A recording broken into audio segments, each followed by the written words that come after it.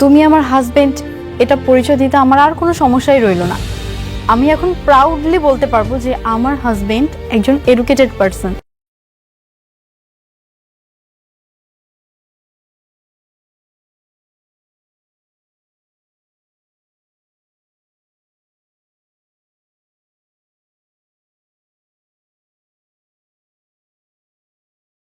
শোনেন, সময় কম, যা বলি দ্রুত মাথায় গেঁথে নেন। জি জি জি বলেন। বটতলা বস্তির স্কুল খোলার ব্যাপারে আবেদন কি কেউ করেছে? হ্যাঁ জি জি জি। শোনেন, ওই ম্যাডাম যাচ্ছে, সাথে আমাদের সে যাচ্ছে আর যাচ্ছে। কি বলেন, স্যারও সাথে আসছেন?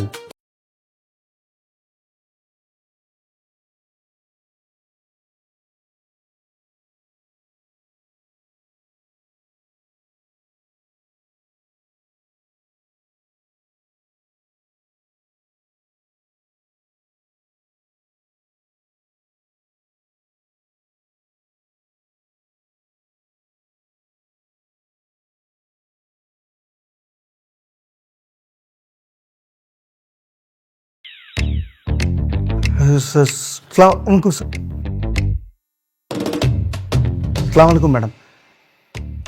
নিশ্চয় তোমার সালাম দিছে। আসুন আসুন। আসসালামু আলাইকুম এবং হ্যালো বন্ধুরা, আশা করি আপনারা সবাই যে যেখানে আছেন আল্লাহর রহমতে অনেক অনেক ভালো আছেন এবং সুস্থ আছেন। দুনিয়া টাকার গোলাম নাটকের যত পাগলা ফ্যান আছেন, যারা প্রতিটি পর্বের জন্য চাতক পাখির মতো অধীর আগ্রহে অপেক্ষা করে থাকেন, তাদের জন্য আজকের ভিডিওটা কিন্তু একদম ধামাকা এবং স্পেশাল হতে চলেছে।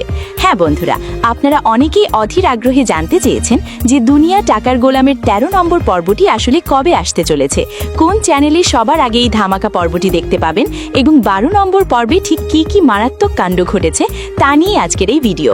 আজকে হবে আমাদের পক্ষ থেকে একটি বিস্তারিত ও সংক্ষিপ্ত রিভিউ। আপনারা অনেকেই আছেন যারা ১১ নম্বর অথবা ১২ নম্বর পর্বটি দেখার পরও ঠিকঠাক বুঝতে পারেননি যে নাটকের ঘটনা আসলে কোন জটিল মুহূর্তে চলে গিয়েছে এবং আগামী ১৩ নম্বর পর্বে কি হতে পারে। যারা মনের মধ্যে এই রকম হাজারো প্রশ্ন নিয়ে কনফিউজড হয়ে আছেন, তারাই আজকে আমাদের পাশে থাকুন এবং ভিডিওটি একটুও না টেনে একদম শেষ পর্যন্ত দেখতে থাকুন।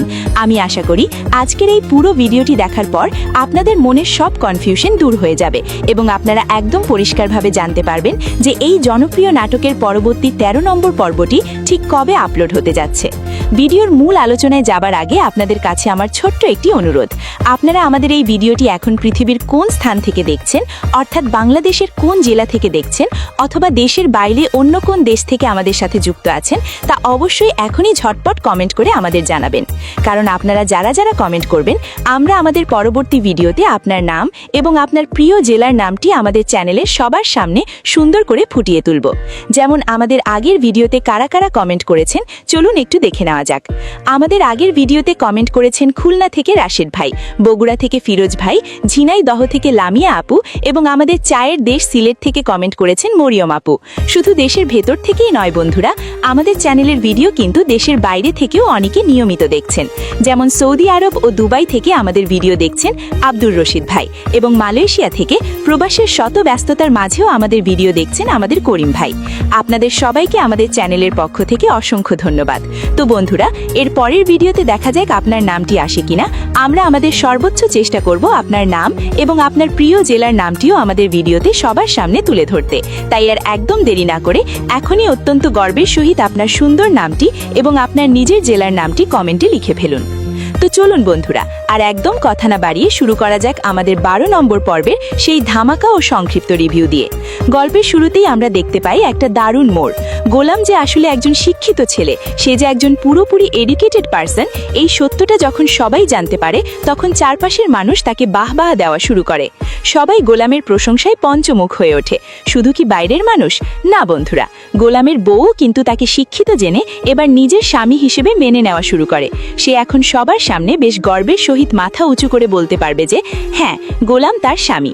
কিন্তু বন্ধুরা, এই দৃশ্যটা দেখার পর একজন দর্শক হিসেবে আমাদের কিন্তু মনের ভেতরে খুবই একটু বিবৃতি করে লেগেছে, তাই না? আপনাদেরও কি খটকা লাগেনি? কারণ একজন স্বামী যেমনই হোক না কেন, সে পড়ালেখা জানুক বা না জানুক, তাকে সবসময় তার স্ত্রীর অবশ্যই স্বীকৃতি দেওয়া উচিত, তাকে সম্মান করা উচিত। কিন্তু গোলামের এই দ্বিতীয় স্ত্রী কিন্তু সেই আদর্শ স্ত্রীর পরিচয়টা মোটেও দেয়নি। সে যখন দেখলো তার স্বামীর টাকা পয়সা আছে এবং সে অনেক পড়ালেখা জানে, ঠিক এই জিনিসটা দেখেই সে তাকে স্বামী হিসেবে স্বীকৃতি দিয়েছে, তার আগে কিন্তু দেয়নি। এই ব্যাপারে আপনাদের কি মতামত তা কিন্তু আমাকে অবশ্যই কমেন্ট করে জানাবেন। গল্পের পরের অংশে আমরা দেখতে পাই আরও বড় টুইস্ট। যখন সবাই গোলামকে এত বড় শিক্ষিত ভেবে মাথায় তুলছে, তখন গোলাম এই কথার উত্তরে খুব সহজভাবে সবাইকে বলে, কই, আমি তো আসলে কিছুই জানি না।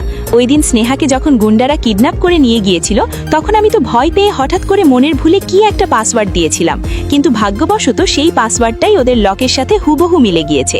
বন্ধুরা, যেই না গোলামের মুখ থেকে এই সত্য কথাটা বের হওয়া, অমনি তো গোলামের শালার মাথায় রক্ত একদম চড়ে গিয়েছে। রাগ আর ক্ষোভে তার মাথা পুরো আগুন হয়ে গেছে। সে আর নিজেকে ধরে রাখতে পারেনি। সে সাথে সাথে গোলামকে চরম অপমান করে ধাক্কা দিয়ে অফিস থেকে বের করে দিয়েছে এবং রাগতে রাগতে ফুসতে ফুসতে সোজা নিজের বাড়ি চলে গিয়েছে। কিন্তু বাড়ি গিয়ে সে চোখের সামনে কি দেখলো? বাড়ি গিয়ে সে দেখে যে গোলাম তার নিজের বউয়ের বিছানায় মনের সুখে শুয়ে আছে। শুধু শুয়েই নেই, তার বউ আবার পরম যত্নে গোলামের কপালে কি সুন্দর করে পুট্টি অর্থাৎ পট্টি দিয়ে দিচ্ছে।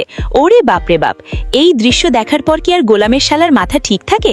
এটা দেখে তো তার মাথায় আরো দাউ দাউ করে আগুন উঠে গিয়েছে। রাগে ক্ষোভে অপমানে সে আর এক সেকেন্ডও দেরি না করে সাথে সাথে তার কোমর থেকে বেল্ট খোলা শুরু করেছে। তারপরে তো আমরা জানি কি হতে যাচ্ছে এবং কি হতে পারে। এখন বন্ধুরা, আপনাদের কাছে আমার একটি বিশেষ প্রশ্ন। আপনাদের কি মনে হয় আগামী 13 নম্বর পর্বে ঠিক কি ঘটতে চলেছে?